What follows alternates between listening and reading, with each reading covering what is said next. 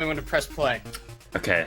As by play, you mean like start the timer? It's okay. a play button. All right, I'll count down from 5. Ready? All right. 5, 4, 3, 2, 1, go. All right. Awesome. What's up, guys? I'm TGH, and this is Legend of Zelda: Link's Awakening DX. This version of the game was released 5 years after the original Link's Awakening, which is all in black and white, and this version adds some things. It's still almost as buggy, though. Anyway, so no save and quit, no wrong warp, no out of bounds. You can't save and quit. You can't save warp or do anything of the sort. We're going to be opening the save and quit menu several times in the run, though, to skip text. No wrong warp. You can't make a transition and have the game take you to somewhere that you were not intended to go. No out of bounds. You cannot be more than one tile adjacent to a tile you can ordinarily access without glitches. That's basically the game's out of bounds rule set. I actually failed something there called Quicksword. It cost me like half a second or whatever. But basically, I tried to do a damage boost off that sea urchin there and failed it. I got the damage boost, but I wasn't on the right pixel for it. Alright, so now we have the sword. We're off. And you're gonna notice on my way up, I'm going to be clipping into as many walls as possible. You'll see like I'm clipping into walls like a couple pixels each, like right there. You can clip in pretty deeply. Basically, actually got pretty good RNG on the way up there. Enemy movement RNG is a big thing in this game. Clipping into more walls. And we're going to make our way into the forest here.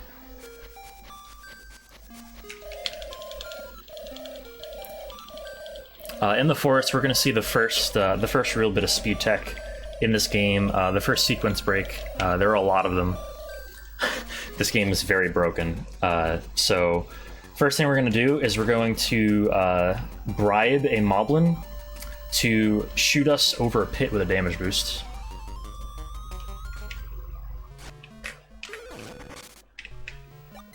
That's coming up soon. So you see right there, I open the save and quit menu to skip the chest text. And coming up, so we call this Moblin Skip. And we need Blastoise to bump us over the pit here. There we go. Perfect. And that right there is a trick called Owl Skip as well. That's frame perfect. So you open the chest, and then the exact frame after you open the chest, you open your inventory, and then buffer save and quit menu out of it, and for whatever reason that allows you to leave the screen without the owl, without the owl talking. And that saves about 5 seconds. So pretty good start so far. Good RNG. Moblin Skip's very RNG dependent as well.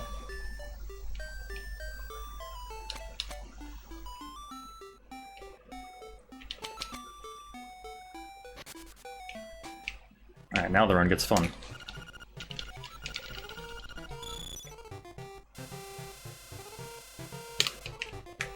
That should be good. Boom. First try Korean game. Let's go. So we need this powder for one thing, and one thing only, and that is to access Dungeon 2.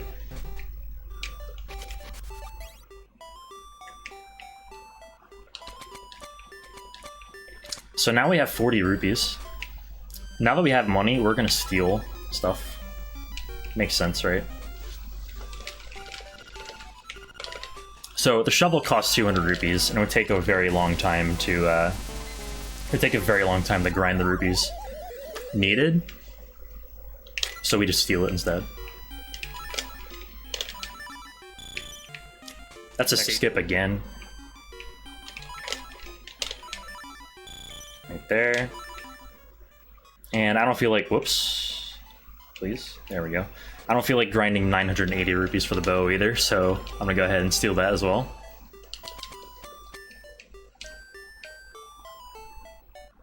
And we're gonna make our way down towards Dungeon 1.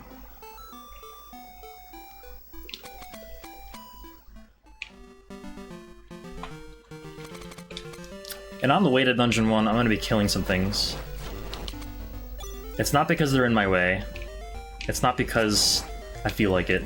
It's actually for something called piece of power routing. In Dungeon 2, we want a piece of power to drop, and it's influenced by kill count. Every 30 enemies, you get a piece of power drop, and the piece of power makes you move 25% faster, and also doubles your sword's power, but it goes away when you leave or enter a dungeon. So we want it to drop in a dungeon.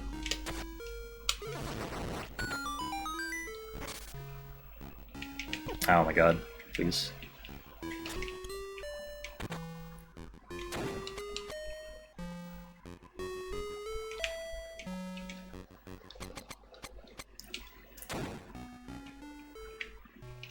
Anyway, Dungeon 1 is where we're going to introduce the first glitch of the run.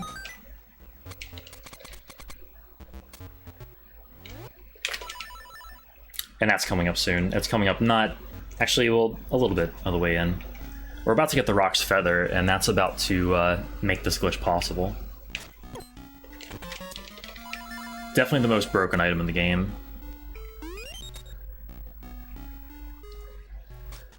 So I mentioned earlier something about wall clipping, or clipping into walls. What that also does is it gives you some odd properties. It gives Link some very odd properties. What it allows you to do is actually, in combination with using the Rock's Feather, it actually allows you to fool the game into thinking you're jumping off a cliff. So if I clip into the southern wall right here, face into it, jump, and then use an arrow to redirect myself, I can actually glitch jump my way over this keyhole. That's called a super jump. And we do it again on the way back. You don't need to use an item to super jump most of the time, but the item just makes it faster to redirect yourself, because you have to be facing away from the wall. Alright, here's Moldorm. Please be nice. Ah. Alright, whatever. Alright, and that's Dungeon 1.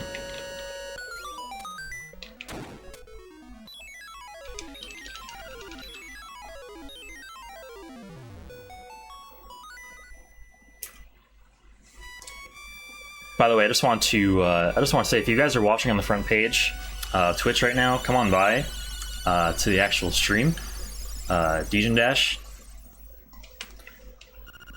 Good times going on in the chat right now. We're all having some fun. By the way, you'll notice that I'm jumping pretty much all over the place with the Rock's Feather. That's because when you jump, you actually maintain both your X and Y velocity, rather than walking diagonally, which slows you down.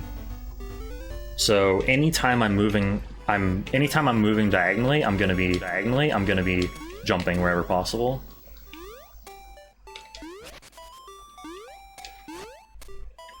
Alright, so we're still on Piece of Power. I'm actually one behind my usual route, so I'm going to go ahead and kill one extra enemy in the woods.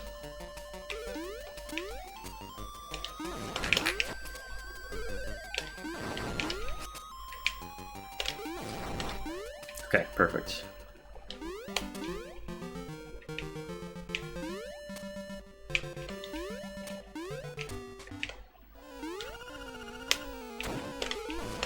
Alright, so now we're gonna go rescue Bow Wow, who's been captured by these moblins.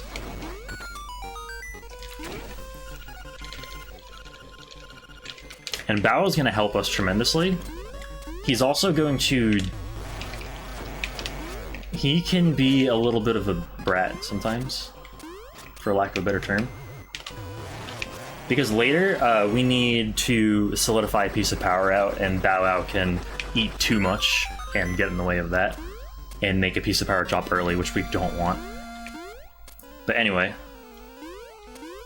that's coming up in the future. This is right now, and we need Bow Wow to eat flowers in front of D2 as soon as possible.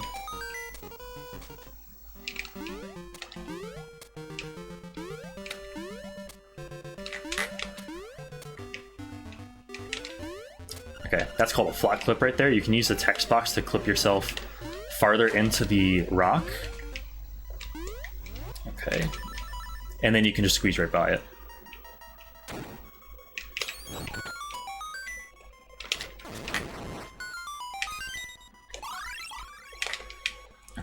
perfect piece of power placement.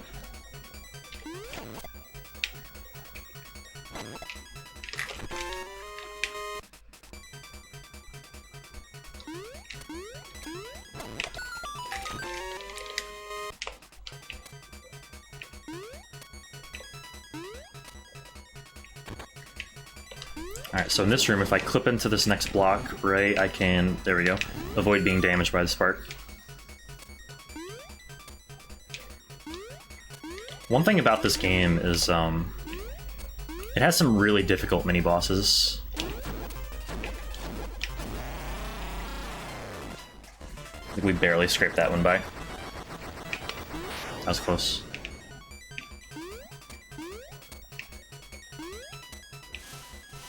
Alright, in this room, if you stand really close to the screen transition here, and swipe when he's like less than 2 tiles away from you, you can actually just make them leave screen the other way.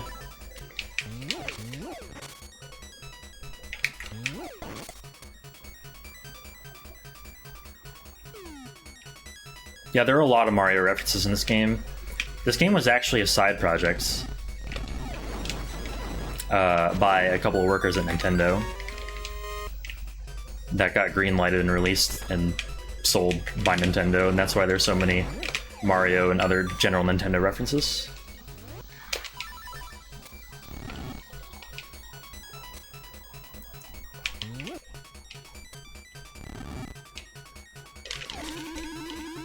Okay, so this guy has a pretty neat quick kill. Remember what I said about clipping into walls? Basically, normally this guy... But if you clip into a wall and throw his pot, you can actually do him in one. So I'm going to clip into this top left wall, like this. Lay a bomb. The bomb's actually a little bit weirdly placed. Yeah, he went way over. That was a failure. Whatever.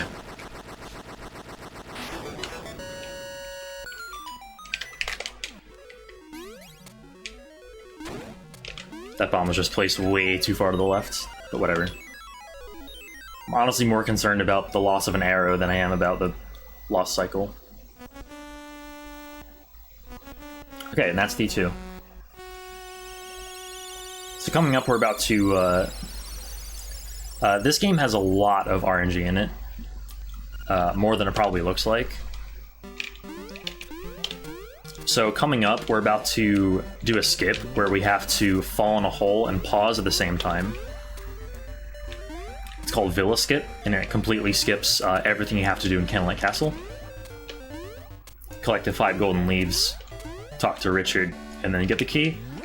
This completely skips having to get the 5 golden leaves. What we're going to do is, again, we're going to pause and fall in the hole in the same frame. The catch is that the frame on which you fall is determined by a global frame rule. You can only fall every couple of frames, and it can't be manipulated in any way except from the start of the game, which is TAS only. So this skip is actually pretty luck-based. Wow, and I got it first try. Perfect. That was lucky, actually.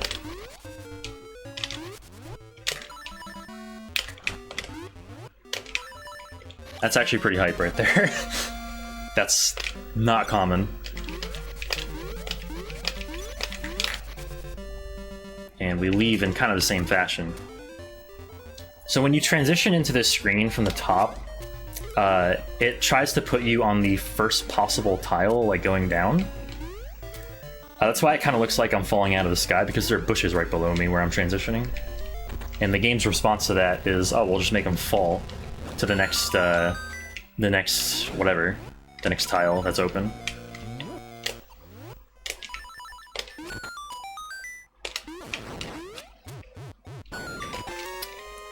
Okay, so something kind of weird here. Acorns push back your piece of power count a little bit, and I want piece of power to come in a certain room, so I'm actually going to damage myself. And the reason for that is acorns appear every 12th kill you get without taking damage. And I'm pretty sure that my count was low enough where if I got the acorn, I would not have gotten the piece of power in time. So I should get it in this room. There we go. So not getting hit there would have made an extra acorn appear, which would have pushed a piece of power back. So that skip right there is called the Dongo skip. We're going to do that twice in D3. You can actually soft lock quite easily doing that skip if you don't do it correctly.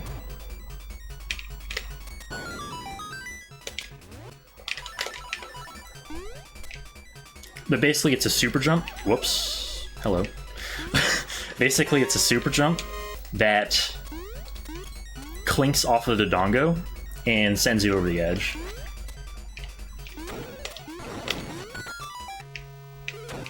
And we gotta do it again. Good.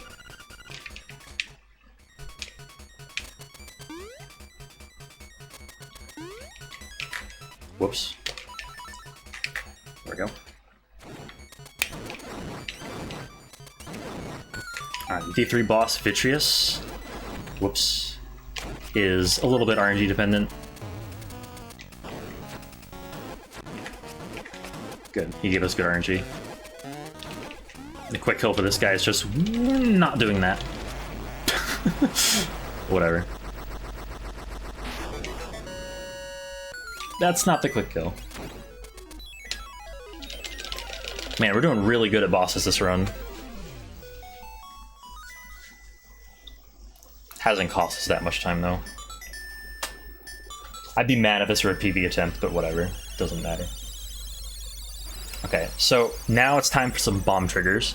What a bomb event trigger is, if you pause... I'm sorry, my bad, not if you pause. There we go. If you move vertically, plant a bomb, and screen transition all in the same frame, you can actually skip some things and force some cutscenes to occur that aren't supposed to be occurring. And that was a good one. They're also subpixel dependent, and I did something weird to kind of manipulate my subpixel coming out of D3.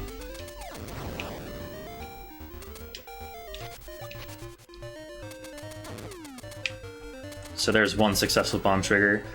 Coming up is going to become something called Walrus Kip. We're supposed to have Marin to sing to the walrus, but we don't have Marin. So we're going to bomb event trigger the cutscene. And we're going to do it from the top. You can do it from the side, it's about 2 seconds faster, but you have a chance of soft locking from there. So, but fortunately, this is a 100% consistent method to avoid soft locking. So from here, I'm going to hold up at the end of the cutscene, and I'm going to identify my subpixel based on the position of Link's hat at the top of the screen. And I can see Link's hat, so I'm going to hold straight up. And there we go. You have to leave the screen framed perfectly there, or else you will soft lock the game. But right now, I cannot actually use any of the items in my inventory right now, or pause the game, because the game thinks I'm still in a cutscene. So what I'm going to do is I'm going to change submaps by just kind of leaving the screen, coming back, and now I have access to items. Still much faster than the alternative.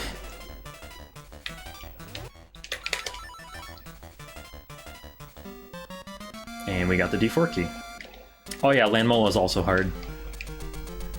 A lot harder in Link's Awakening than Link to the Past. That's for sure.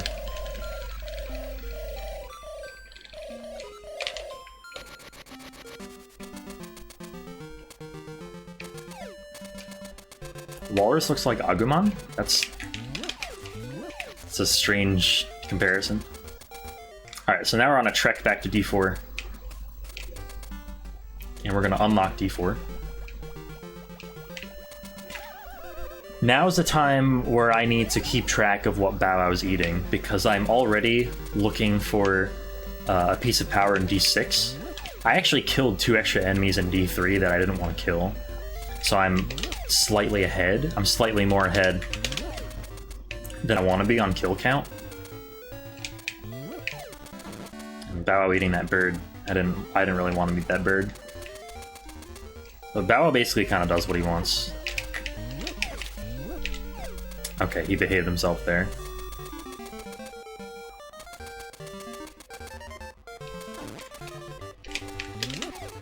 It's fine.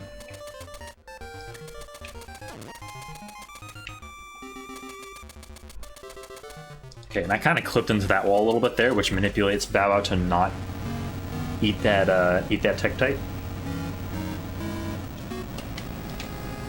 This part can be very tense in a PB attempt or a speed run because you're just kind of praying that Bow Wow doesn't eat everything in the world.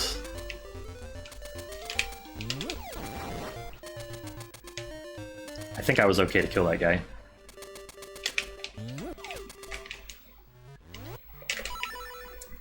One interesting thing I want to mention about this game compared to most other Zelda games, I think only this game and the Oracle games, these are the only Zelda games that the items actually can move around in your menu.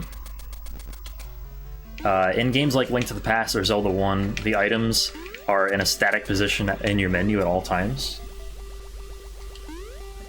However, in this game, they're not like that. They could be anywhere in your menu at all, which makes a menu route just as important as an equip route. So not only am I equipping certain items, but I'm also doing it the same way every single time in every single run, in order to keep them the same, and so that I know where I am. Excuse me, so that I know where they are.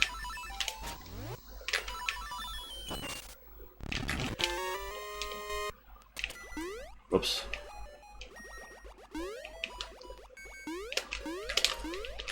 That was close.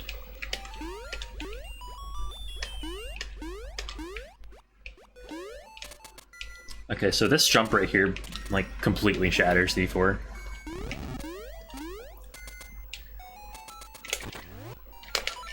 Okay, so now we're gonna fight Cue Ball.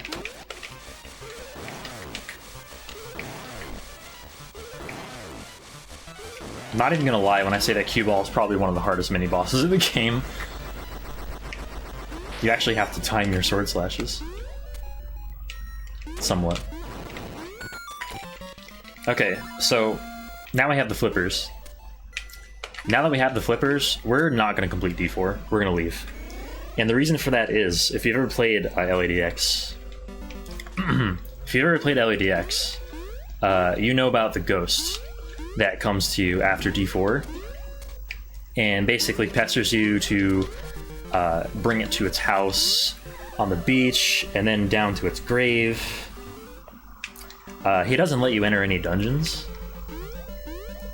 but if you do the first half of D4, get the flippers, do D5 and D6, and then come back to D4 after getting the L2 bracelet, which is the flag that makes it so this is possible. The L2 bracelet basically makes it so that the ghost doesn't appear after you complete D4. So that's why we do it in 2 parts. Alright, so now we're going to do D5. D5 is arguably the most important dungeon to be good at in this run, because it's very long, and it has a lot of RNG that you need to react to.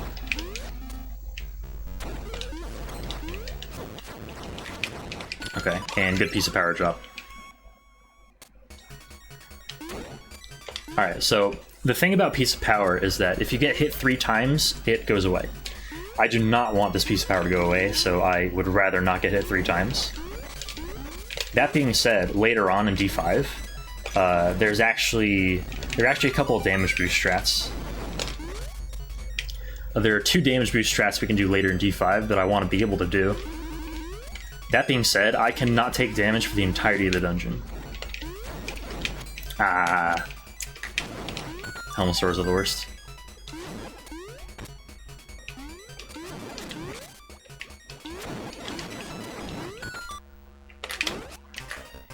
Okay.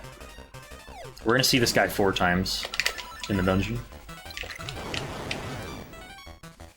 We could kill him here, but we don't want to, because that actually would be bad. He would drop a key there, which is not what you want.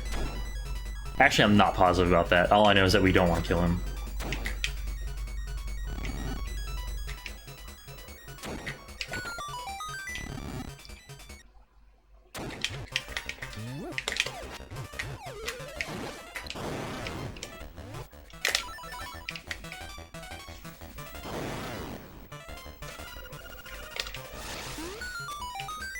Alright, continuing onward. We have not gotten hit yet, that's good.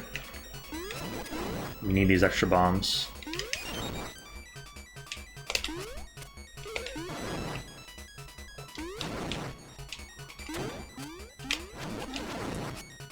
Okay, third fight out of 4.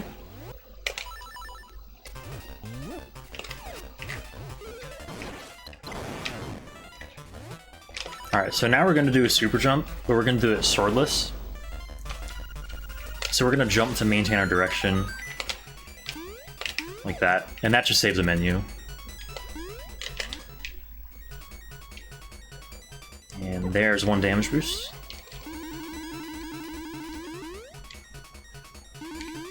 Okay, so you're ordinarily not supposed to be able to jump over that, but we did anyway.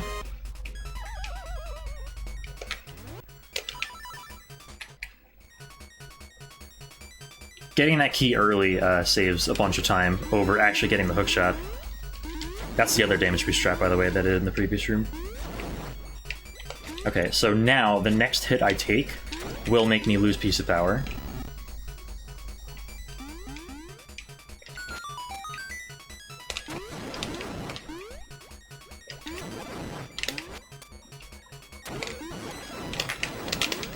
Oh my goodness. I don't know how I didn't hit him. Okay, I lost piece of power. He flew in a weird direction. Usually that works. It's no big deal. I would have rather kept it, but it's fine.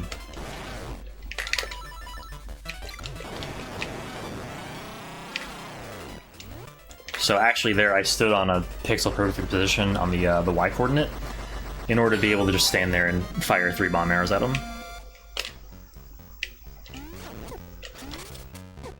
Oof, okay.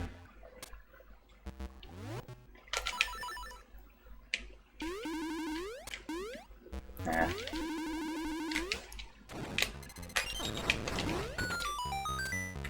Alright, so now we're going to be on our way to the boss.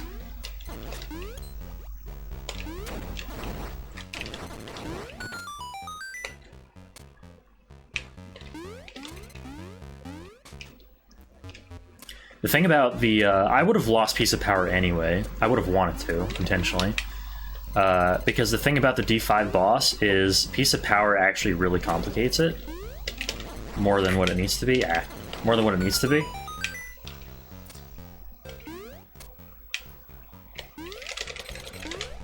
That's called the hookshot jump. I'll be doing that more later in the run.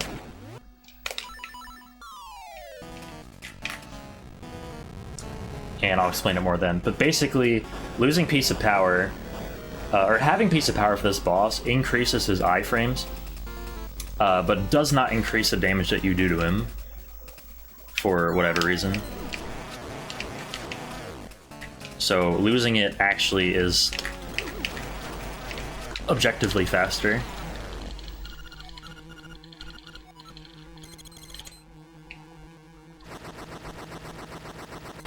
And that is D5. Would have been better if I didn't lose piece of power, but it was okay otherwise.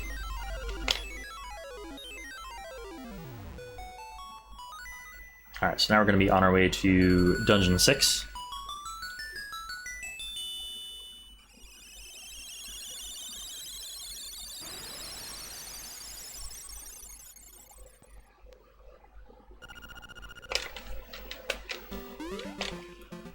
So on our way to Dungeon 6, we're going to be going through the Armos Maze to get the key to Dungeon 6, and then actually going to the dungeon. Through the Armos Maze, I want Bow Wow to eat as many Armoses as possible. 1, to get them out of our way. 2, because I really want arrows, even though that's not really that big of a deal in a marathon run. And 3, because of potential piece of power drop in D6. Which will save some time as well.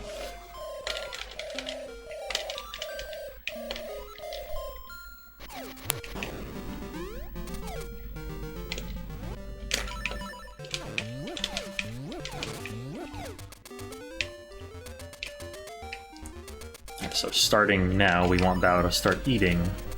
Eat, thank you. He ate that guy at the very end.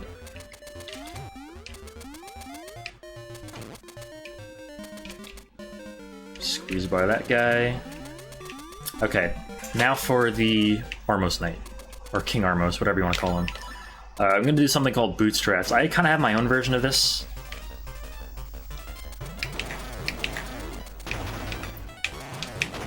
Everybody kind of does that fight differently.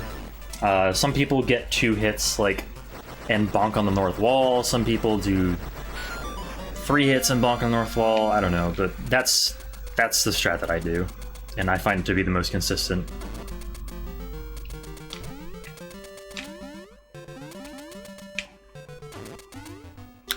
Whatever. I'm not too concerned about arrows right now. Wow, that was good. Also good I didn't actually grab that acorn.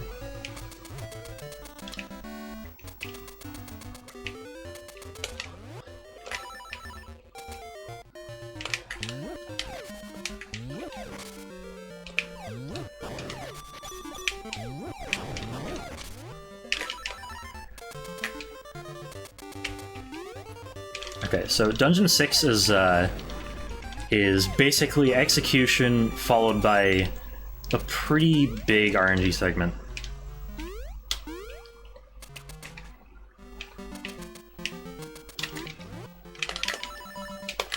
So, Bow Wow just ate the cutscene there. I don't know how that works, so don't ask. But essentially, if you fire a bomb arrow to the right before you go ahead and touch the keyhole, Bow Wow will eat an empty sprite, quote unquote, and actually will free link and allow him to move towards the dungeon. We actually do that for Dungeon 7 as well.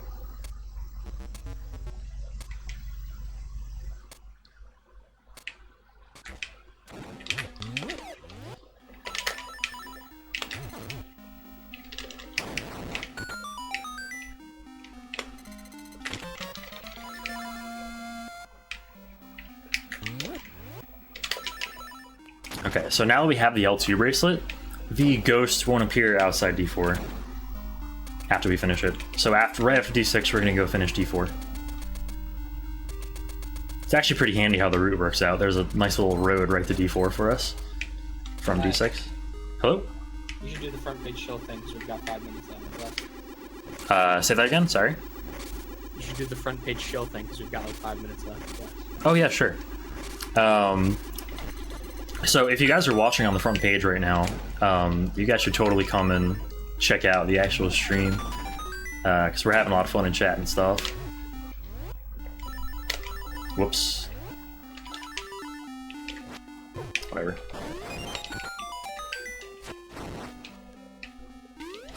Yeah, come on by. We'd really appreciate it. Thank you guys. So this dungeon also gets destroyed by super jumps. There's my piece of power, no. Whatever. Throw that pot at that chest and opening it? That's normal, right? Another flot clip. Those have a 1 in 2 chance to work.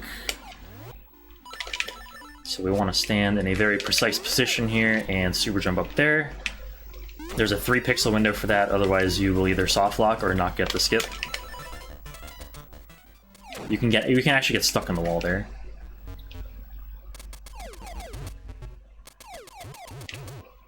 Okay, so this next room is the best in the game, truly. You just have to keep throwing these horse heads over and over until they land upright. Whoops, I don't know how in the world I threw that to the right, but that's fine.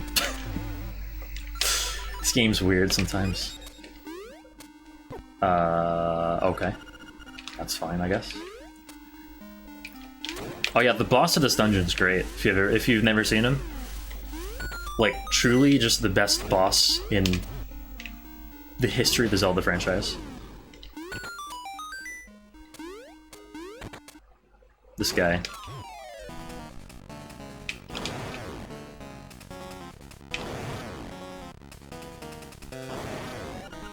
This guy's just the best, I love this guy.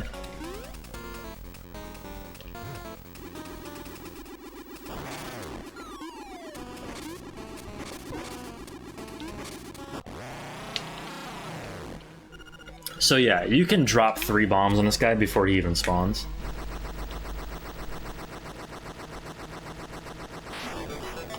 And that is D6. Okay, so now we're gonna go finish D4 after this. Coming straight out of D6, there is a bomb trigger to skip the animation of the owl. This one saves about 4 seconds. And it only saves time if you don't buffer it, so we need to do it unbuffered. And there it is, there we go. So the owl's talking, but he never comes on the screen. And now we make our way to D4.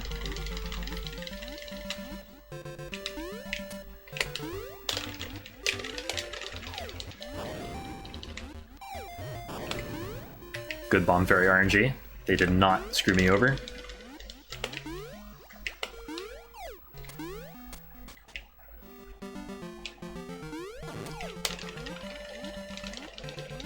Basically, what the instruments do is, well, we're on a quest basically to wake the Windfish, which is, basically it has to do with the story of the game. All you need to know is that we need to get all 8 of them. And each of them are at the end of each dungeon.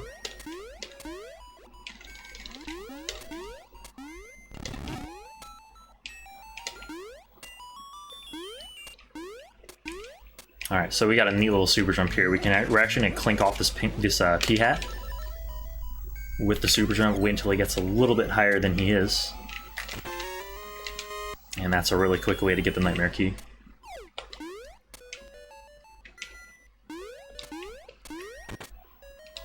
This is probably the hardest boss you'll ever see in your life.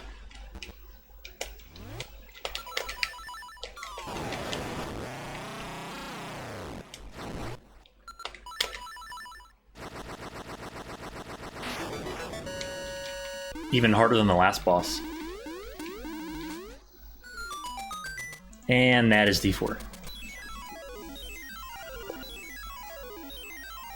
Alright. Coming up is basically, it's the hardest trick in the run. It's called Rooster Skip. And the reason it's called Rooster Skip is because it completely skips us having to learn the Frog Song of Soul and wake up the rooster in Maid Village.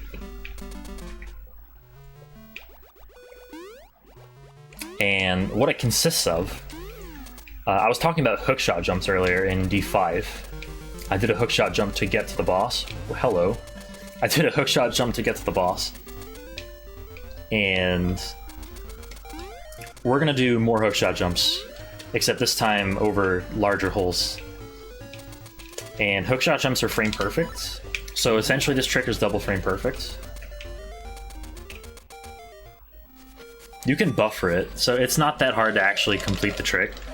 You can buffer it, but it's... We're not going to buffer it. It takes time.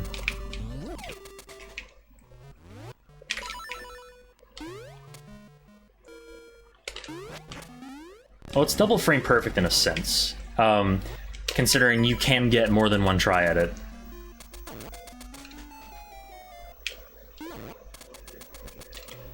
Oh yeah, that's called obstacle skip, by the way. If you're on the uppermost 2 pixels of that path, you can actually just jump past that obstacle instead of dashing through it like you're supposed to. It saves about 1/4 of a second.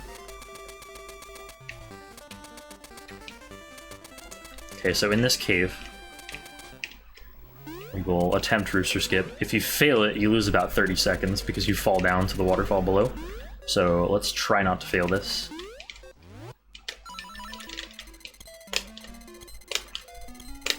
I failed it.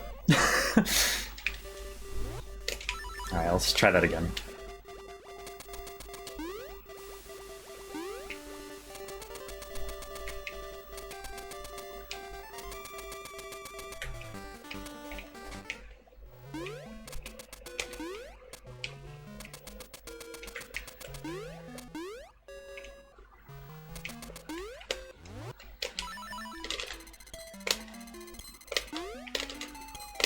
That's better.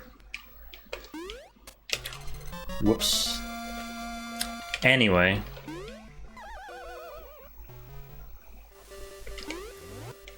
Milk, if it helps you, the world record for this category is 52:44. That's for the original Link's Awakening.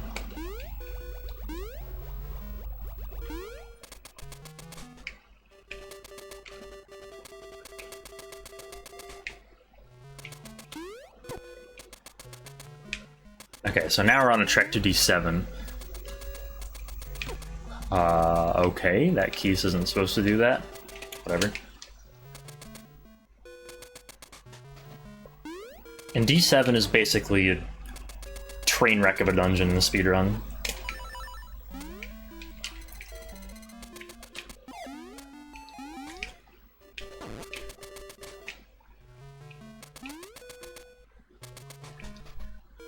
So, if we're lucky, Bow Wow will eat this cutscene as well.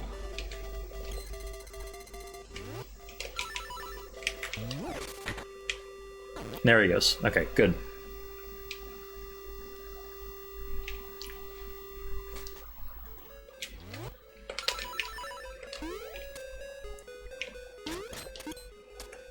Alright, so first things first, we're doing a super jump onto here to get over here. So, for those of you who played Link's Awakening or LADX, you might remember D7 being a bit of a nightmare because of these pillars. Well, we don't even get the ball to knock them down, we just kind of sink them all with bomb triggers, which we can do by dropping 2 bombs into a pit within 4 frames of each other. In addition to... come on.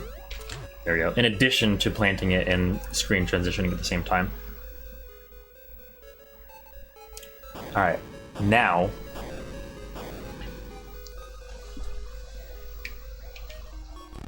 a huge RNG skip is coming up, where we need a Goomba, yes, a Goomba, to move in the correct direction. We need him to move to the right, so that we can super jump on top of him, and therefore get up to that top platform. That's not moving right. There he goes. Good. And that completely skips the boss key. That wasn't that bad. Second try is actually really good.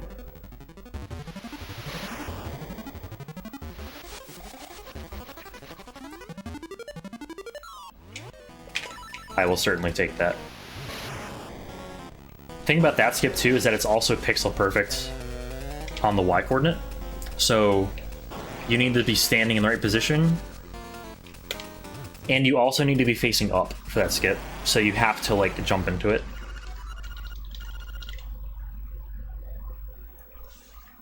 And that is illegal. We actually had to time those bombs pretty well.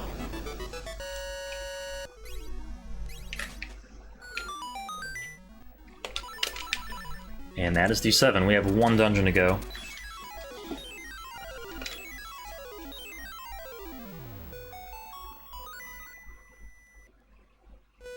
Horse heads were second try. This run is pretty good, except for a failed rooster skip.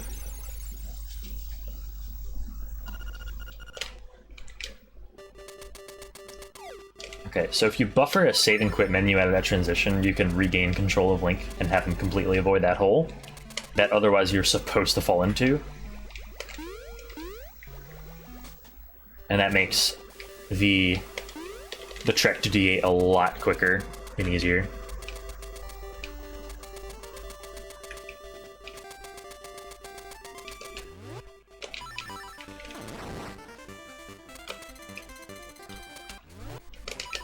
Alright, and here's Marin.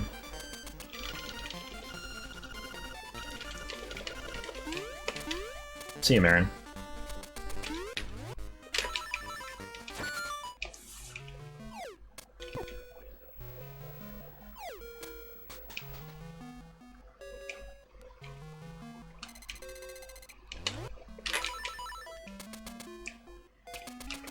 Alright, so I'm going to do the alternate strat in D8 since I don't want to run out of arrows on Deathel, which would be very bad. Deathel is the final boss, and he takes 16 arrows to defeat at minimum, so I don't want to have anything less than like 16. I'm sorry, I don't want to have anything less than like 18 for Deathel, just in case I miss one or two.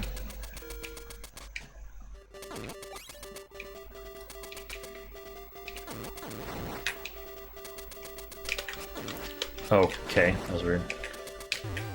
Alright, so bomb trigger on D8, good subpixel, and we're good.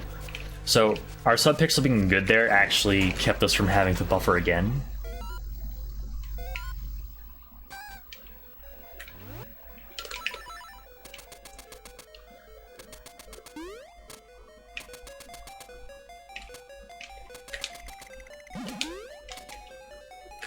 Swordless super jump here. Okay, I don't know what happened. There we go.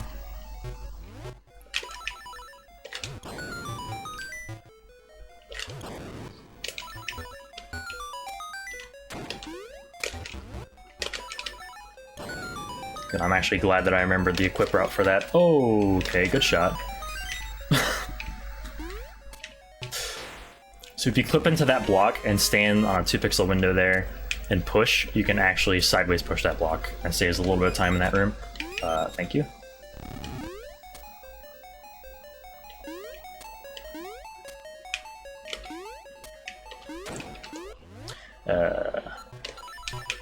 Whatever. It's been a while since I've actually done that route.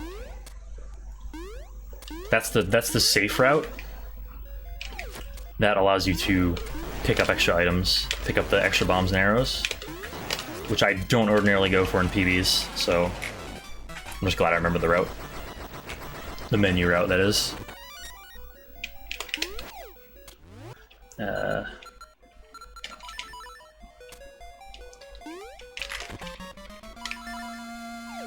Okay, so now that's totally over.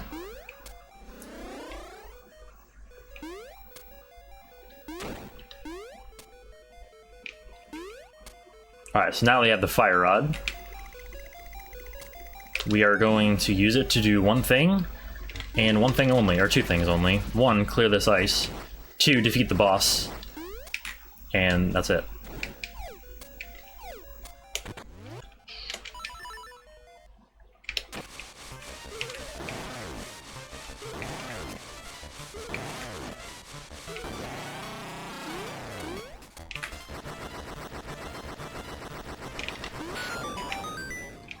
Cue ball again goes down easy. You can jump during these sliding block puzzles, but it's kind of limited as to where you can actually jump. So like, you can only start jumping in the same direction that you're facing when you initially push the block.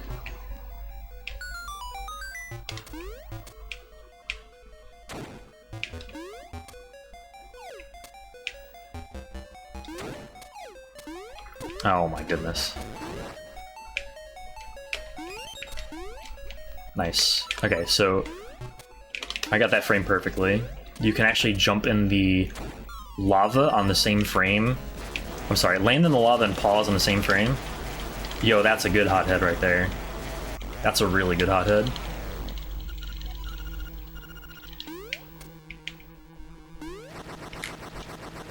And a pretty good D8, honestly, all things considered. So, this image paints a picture of the run in general. That's what I think of it.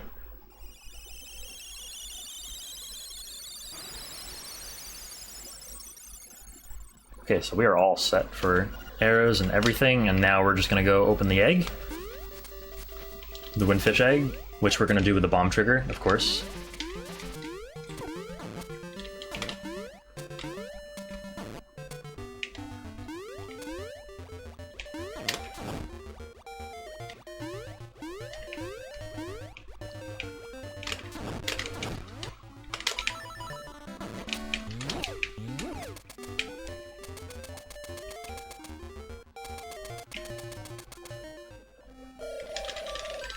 Okay, so only one thing left to do.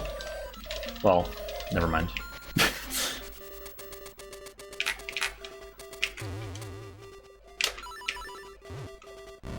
Alright, so we open the egg with a bomb trigger, which we can just buffer for, so it's pretty easy.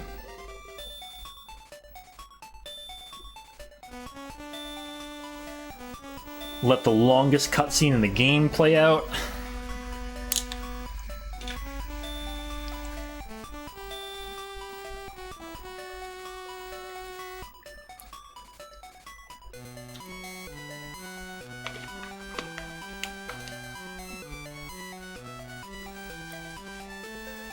I'd like to point out, by the way, that this game is actually being raced at SGDQ this year by myself, Black SR, and Bamboo Shadow.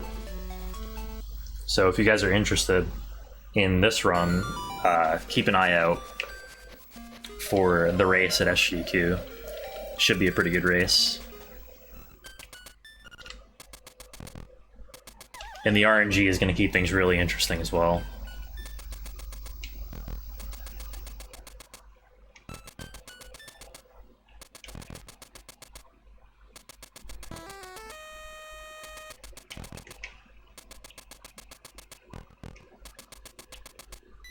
Okay, so here's the final boss. First things first, we're gonna mash bombs in order to skip text. It's also gonna skip the music. So there will be no music during the majority of this fight. This quick kill is actually RNG dependent, so I got lucky for a quick kill there. Okay, Aghanim. If you guys are familiar with Link to the Past, or this game, you'll be familiar with Aghanim's shenanigans. The first two balls are free, you can reflect them back at him. The next two are completely 50-50.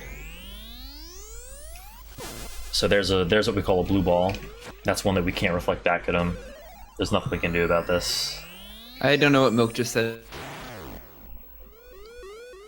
I don't know what Milk said either.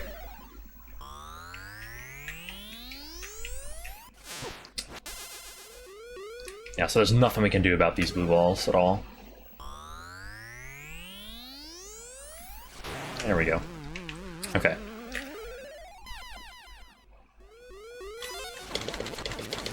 Moldorm you can just stun lock. With good rhythm, you can just keep him there and kill him as is. Ganon, he takes 12 dashes to kill. Or anything that does double sword damage. Okay, and now we have the Deathel fight. So I have 24 hours, I should be totally good. So Deathel just kind of opens his eye whenever he feels like it. Get ready for time, by the way. Okay.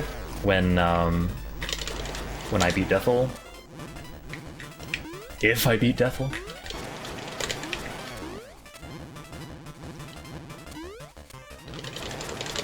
Okay, and that was actually pretty good RNG on Deathel. Alright, so time coming up in about 12 or 11 seconds. Just let me know. Okay. And... time. Nice. 54:09. Yo, sweet. Almost to 50. Blue balls robbed me to 53. Whatever. Anyway, guys, thank you very much for coming out and for watching the marathon and this run. You guys are awesome. Thank you very much. That's Legend of Zelda: Link's Awakening DX. No wrong warp, out of bounds, save and quit. Thanks, dude. No problem. Thank you.